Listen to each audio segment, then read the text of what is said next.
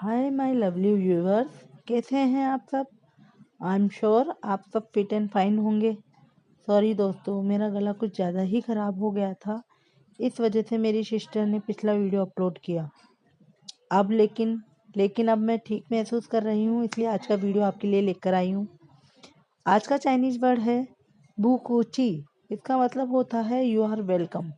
अब कहानी पर आते हैं। अगले दिन सभी मिलकर नाश्ता कर रहे होते हैं। तब वांगजी बाओशरन से पूछता है, क्या वही ठीक है। बाओशरन कहती है कि हाँ, इन लोहे ने उसकी नकारात्मक ऊर्जा को उसके शरीर से निकाल दिया है, लेकिन उसका अभी कुछ प्रभाव बाकी है। तब वांगजी पूछता है, क्या मैं विंग से मिल सकता हूँ। तो बाओशरन नोट करती है। वांगजी विंग के रूम में जाता है। वहाँ विंग सो रहा होता है। वांगजी उसके पास बैठकर उसके हाथ को अपने हाथ में लेकर कहता है, विंग, बहुत समय हो गया है, प्लीज उठ जाओ ना, मुझे तुमसे बहुत कुछ कहना है, प्लीज विंग उठो ना। और ये कहते हुए उसकी आंख से आंसू निकल जाता है। जब वह उठकर जाने लगता है तो उसे विंग की हल्की सी आवाज सुनाई देती है, लेंजा।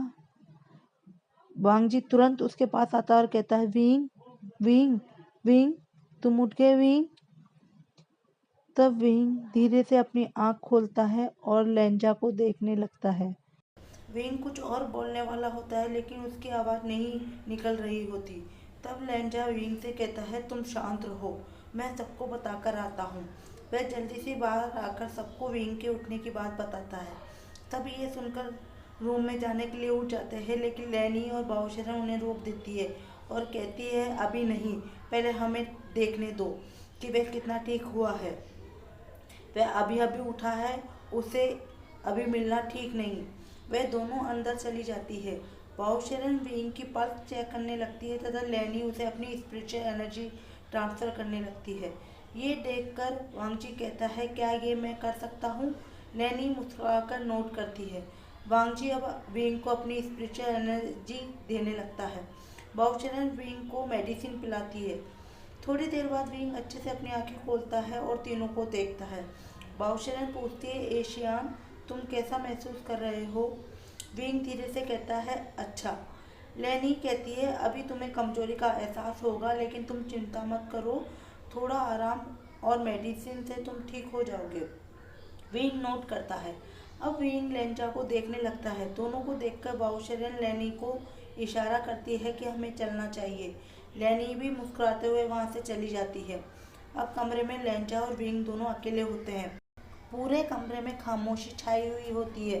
तब विंग कहता है, लेंजा, तुम यहाँ कैसे। तब वांगजी कहता है, विंग, अभी तुम कुछ मत कहो, हम बाद में बात करेंगे, मैं तुम्हारे लिए सूप लेकर आता हूँ।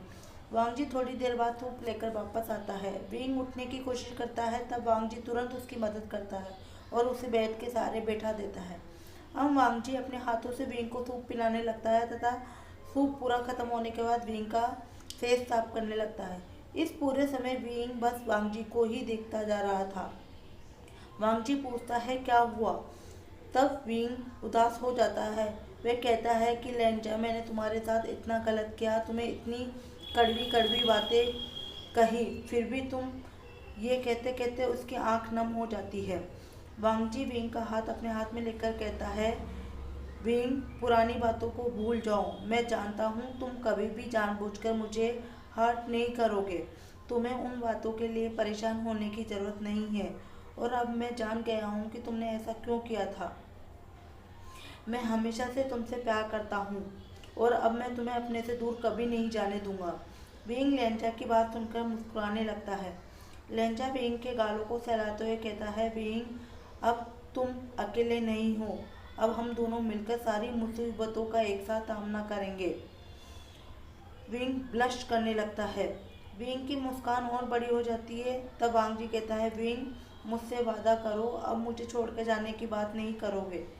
विंग नोट करता है। वांगजी कहता है, अब हम दोनों मिलकर इस समस्या का समाधान करेंगे। हम दोनों नहीं, हम सब। लेंजा और विंग दोनों दरवाजे की तरफ देखने लगते हैं, जहाँ लेंचेन, नी मिंजू, हुएसांग और वेन्स भाई बहन खड़े होते हैं। विंग उन्हें देखकर हैरान हो जाता है। तब वैनकिंग कहती है, विभूषान, तुम्हें क्या लगता है तुम कुछ नहीं बताओगे तो हमें कुछ पता नहीं चलेगा और हम तुम्हें यूं ही अकेला छोड़ देंगे? विंग मुस्कुराकर सहमति देता है। तब सब विंग के पास आकर कहते हैं, हम सब मिलकर इस लड़ाई को ख़त्म करेंगे। सभी वहाँ बैठकर बातें करने लगते हैं। वे सब मिलकर एक एक करके विंग को उसके गायब होने से लेकर किसान तक की पूरी घटना विस्तार से सुनाने लगते हैं। पूरी बात जानने के बाद विंग उन्हें धन्यवाद कहता है। तभी कोई जोर से उसका नाम पुकारता है, विभूषियान। सभी उसी तरफ देखने लगते हैं। वहाँ जियांग चैंग खड़ा होता है। अब सब एक एक करके बिना कुछ कहे वहाँ से चले जाते हैं, क्योंकि सभी जानते थे कि जियांग चैंग को कितना गुस्सा आ रहा था। विंग पर पूरी सच्चाई जानकर वे उन दोनों भाइयों को अकेला छोड़ देते हैं, लेकिन वांगजी वहीं बैठा रहता है। तुम्हारी हिम्मत भी कैसे हुई ये सब मुझसे छुपाने की और अपने आप को खतरे में डालने की, और ऊपर से महान बन रहे हो धन्यवाद बोलकर। विंग कहता है, जियांग चैंग चिल्ला क्यों रहे हो, मैं तुम्हारे पास ही तो बैठा हूँ। तब जियांग आंखें रोल करते हुए कहता है, विभूषण। तब विंग हंसते हंसते कहता है, जियांग चैंग मैं नहीं चाहता था कि तुम में से कोई भी मेरे लिए परेशान हो, वैसे भी ये लड़ाई मेरे अकेले की है। तब वांगजी कहता है, हम दोनों की। जियांग चैंग आंखें रोल करते हुए कहता है, तुम ये सब बाद में नहीं कर सकते वांगजी, मुझे अपने भाई से अकेले में बात करनी है। वांगजी का मन तो नहीं होता, लेकिन वह वहाँ से चला जाता है। जियांग चैंग विंग के पास आकर बैठ जाता है और प्यार से पूछता है, अब तुम्हें कैसा लग रहा है? तब विंग मजाकिया लहजे में बोलता है, अरे जियांग चैंग, क्या तुमने मुझे इतना मिस किया? तुम भी मुझे लेकर परेशान थे। जियांग चैंग चिढ़ते हुए कहता है कि विभूषण मजाक मत करो। तब विंग कहता है, जियांग चैंग मैं जानता हूँ तुम ऊपर से जितना सख्त हो अंदर से उतना ही मुझे प्यार करते हो। जियांग चैंग फिर से आई रोल करके बोलता है, आगे से तुमने अगर मुझसे कोई भी बात छुपाई तो मैं तुम्हारी टांगें तोड़ दूंगा। तब विंग हंसते हुए कहता है, तुमने बहुत बार ये कहा है लेकिन कभी किया नहीं। तब जियांग चैंग गुस्से में कहता है कि क्या तुम चाहते हो कि मैं अभी तुम्हारी टांगें तोड़ दूं? तब विंग जोर से हंसने लगता है और कहता है, नहीं नहीं जियांग चैंग, मैं मजाक कर रहा था। प्लीज़ मेरे टांगें मत तोड़ो, वरना ये सब कैसे ख़त्म करेंगे? तुम जानते हो ना मेरे बिना तुम लोग कुछ नहीं कर सकते। तब जियांग चैंग विंग के सर पर हल्की सी थपकी देकर कहता है, अब आराम करो और हम सब साथ हैं, चिंता मत करना। वह कहकर बाहर निकल जाता है। कुछ दिनों तक इन लोहे से विंग की नकारात्मक ऊर्जा को बाहर निकालने और लेंजा के स्पिरिचुअल एनर्जी ट्रांसफर करने से विंग ठीक हो जाता है। अब वह अपने आगे की योजना पर विचार विमर्श करते हैं। तब बाबूशरण और लेनी उससे कहती है कि उस मूर्ति को ऐसे ही नहीं छोड़ा जा सकता। अगर वह फिर से आज़ाद हो गई या वेंस ने उसे आज़ाद कर दिया तो वह लोगों को मारने लगेगी, इसलिए उसे नष्ट करना आवश्यक है। इसलिए ईशान, तुम और एजान जाकर पहले उस मूर्ति को नष्ट कर दो, उसके बाद वेंस से इन लोहा कैसे प्राप्त करना है सोचेंगे। ईशान, वह बांसुरी जो मैंने तुम्हें दी थी उसी से उस मूर्ति को रोका जा सकता है। दोनों नोट करते हैं। तब सिचेन कहते हैं, हमें सावधान रहना होगा क्योंकि अब वेंस की हम पर नज़र है। तब जियांग चैंग बोलता है, हमें उनसे बचते हुए अलग अलग दिशा से जाना होगा। इसी बीच हुएसांग कहता है, क्यों ना हम भाई मेंग्याओ की मदद लें, वह जासूसी करने में बहुत अधिक चतुर है। वह हमें बता सकते हैं कि वैन कबीले में क्या हो रहा है तथा उनकी अगली योजना क्या है। नी मिंगजू गुस्से से हुएसांग की तरफ देखता है क्योंकि उसे मेंग्याओ पसंद नहीं था। उसकी मिठास भरी बातें उसे हमेशा सोचने पर मजबूर करती थी कि इन बातों के पीछे उसका मतलब कुछ और है। सिचेन कहता है, हाँ ठीक है, हम ऐसा कर सकते हैं, लेकिन नी मिंगजू बीच में ही बोलता है, वह विश्वास पात्र नहीं है। सब सिचेन कहता है, वह ऐसा नहीं है जैसा तुम सोचते हो। नी मिंगजू वहाँ से उठकर चला जाता है। विंग भी कहता है कि हमें एक बार फिर सोचना चाहिए। तब सिचेन कहते हैं कि मैं मेंग्याओ की जिम्मेदारी लेता हूँ, मुझे उस पर विश्वास है। तब सभी मान जाते हैं और योजना अनुसार मेंग्याओ को वैनसेप जाने के लिए पत्र लिखते हैं तथा उसमें अपनी योजना उसे बताते हैं। मेंग्याओ जवाबी पत्र में लिखता है, ठीक है, मैं कुछ दिनों में आपको पूरी जानकारी भिजवा दूंगा और मुझे योजना में शामिल करने के लिए आपका धन्यवाद। अब कुछ दिन बीत जाते हैं। इस बीच में सिचेन, जियांग चैंग, नी मिंगजू अपने अपने सेक्ट में चले जाते हैं ताकि किसी को संदेह ना हो तथा वह सेक्ट के कार्यों को भी देख सके। नी हुएसांग वहीं रुक जाता है। वैन किंग भी कहते हैं कि हमें भी जाना होगा, वरना वैन चाओ हमें ढूंढने के लिए यहाँ पहुँच जाएगा। हम सब तुम्हें वहीं मिलेंगे। यह कहकर वैन किंग भी वैनिंग के साथ किसान वापस लौट जाती है। लैन वांगजी विंग का ध्यान रखने लगता है। वह उसे अपने हाथों से खाना खिलाता, दवा देता तथा स्नान में भी उसकी मदद करता था। विंग को बहुत शर्म आती थी, लेकिन लेंजा के सामने वह कुछ नहीं कहता था। नी हुएसांग विंग को एडल्ट बुक्स छिप छिप कर पढ़ने के लिए देता था तथा दोनों उन्हें देखकर खूब हंसते थे और लैन वांगजी के आते ही चुप हो जाते थे। नी हुएसांग बुक्स को भी छुपा लेता था। उनके इस व्यवहार से वांगजी को बहुत जलन फील होने लगती थी, लेकिन पिछली बातों को सोचकर वह चुप रह जाता था। एक दिन विंग अकेले कमरे में वह बुक्स देख रहा होता है।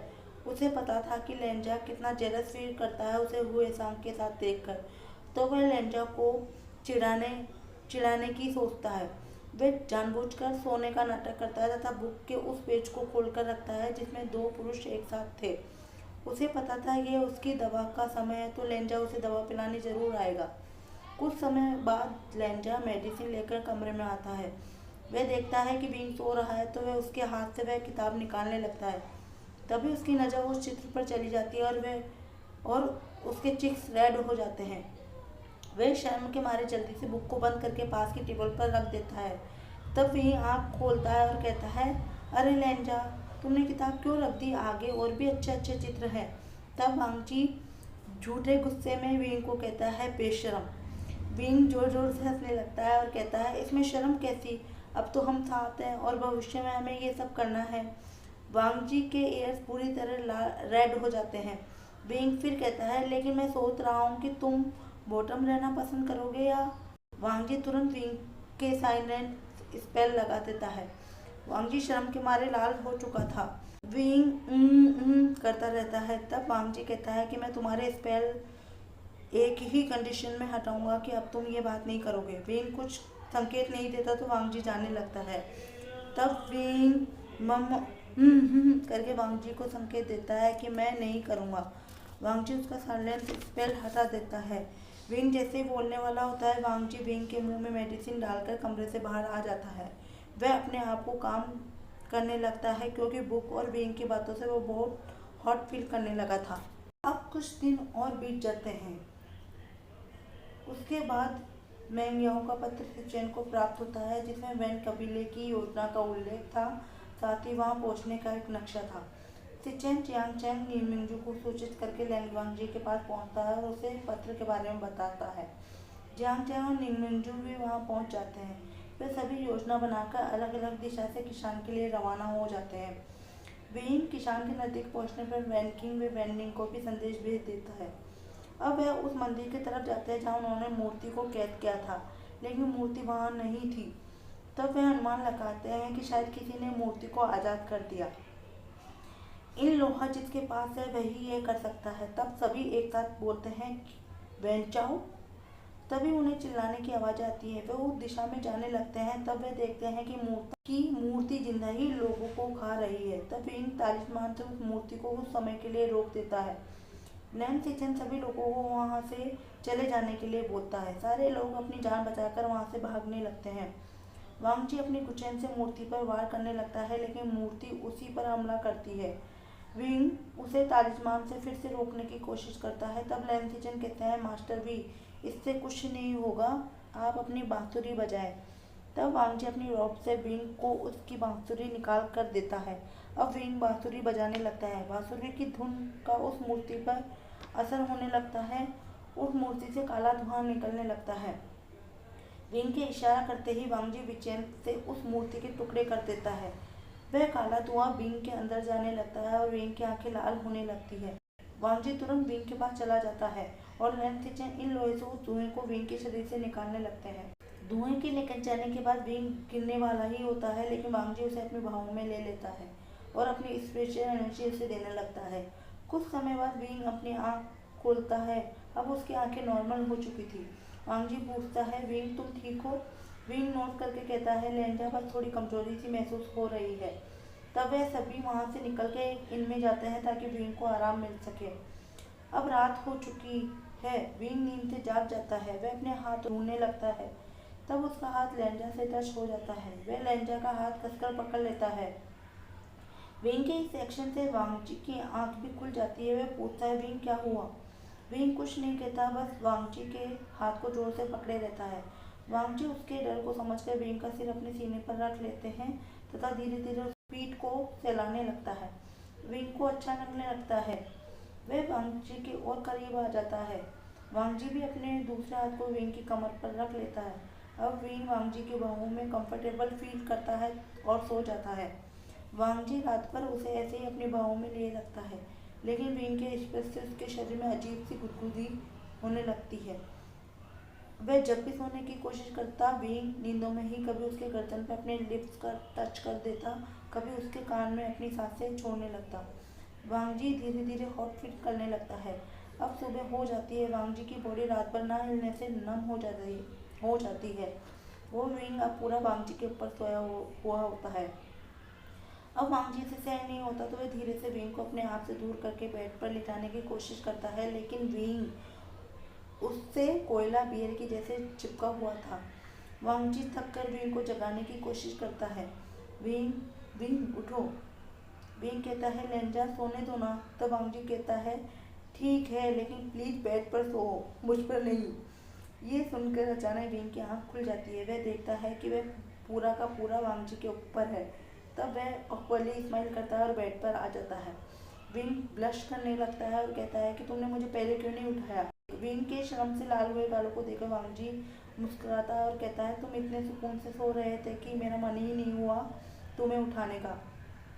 तब वांगजी बेड से उठने की कोशिश करता है, लेकिन बॉडी नम हो जाने के कारण वह लड़खड़ा जाता है। विंग तुरंत वांगजी को पकड़ लेता है। लेंजा, क्या हुआ? वांगजी कहता है, कुछ नहीं, बस रात भर एक ही पोजीशन में रहने से थोड़ा। विंग बीच में ही उसे बोलता है, लेंजा, तुम्हें मुझे हटा देना चाहिए था। तब वांगजी बड़े प्यार से कहता है कि फिर मैं अपने विंग को इतने नज़दीक से कैसे देख पाता, कैसे उसकी धड़कनों को सुनता, कैसे उसकी सांसों को महसूस करता। ये सब सुनकर विंग के गाल टमाटर से भी ज़्यादा लाल हो जाते हैं और वह कहता है, लेंजा, तुम क्या कह रहे हो? मैं नाश्ता लेकर आता हूँ। और वह वहाँ से भाग जाता है। ये देखकर लेंजा के चेहरे पर एक बड़ी सी मुस्कान आ जाती है। वांगजी स्नान करने चला जाता है। विंग नाश्ता लेकर वापस रूम में आता है। तभी बाथरूम से वांगजी निकलता है, जिसने सिर्फ पैंट पहन रखी होती है। वह ऊपर से न्यूड होता है। विंग उसे देखकर फिर शर्माने लगता है तथा इधर उधर देखने लगता है। उसे यूं देखकर वांगजी को मजा आने लगता है। वांगजी विंग के नजदीक जाने लगता है। लेंजा को अपने इतने करीब आता देखकर विंग की सांसें ही रुक जाती है। विंग पीछे जाने लगता है। वांगजी भी अपने कदम बढ़ाने लगता है। अब विंग के पीछे दीवार आ जाती है। तब लेंजा अपने दोनों हाथ दीवार पर रख लेता है। विंग लेंजा और दीवार के बीच फंस जाता है। वांगजी अपने हाथ से विंग की चिन को पकड़कर उसके चेहरे को ऊपर करता है और कहता है, तुम्हें तुम्हें इन सब की आदत डाल लेनी चाहिए, क्योंकि अब तो हम। विंग लेंजा को बीच में ही रोकते हुए कहता है, बेशरम। तब वांगजी हंसने लगता है तो विंग वांगजी की सूरज से भी ज्यादा चमक देने वाली मुस्कान में खो जाता है। तब वांगजी धीरे धीरे झुकने लगता है। विंग अचानक घबरा जाता है और इसी घबराहट में वह लेंजा के लिप्स से अपने लिप्स टच कर देता है। दोनों ही शॉक रह जाते हैं। लेंजा तुरंत विंग से दूर हो जाता है। दोनों के बीच ऑकवर्डनेस हो जाती है। फिर विंग कहता है, मुझे नहीं पता था कि कोल्ड और खड़ूस दिखने वाले हैंगवांग जून इतने शरारती भी हो सकते हैं तथा ऐसी बातें करना भी जानते हैं। किसी और से ऐसी बातें मत करना, वरना लड़कियां तो मर ही जाएंगी। तब वांगजी कहता है, ये बातें मैं सिर्फ अपने विंग से ही करता हूँ। अब दोनों तैयार होकर नाश्ता करते हैं और सबके साथ वैन से इन लोहा लेने के लिए निकल पड़ते हैं। आज के लिए इतना ही।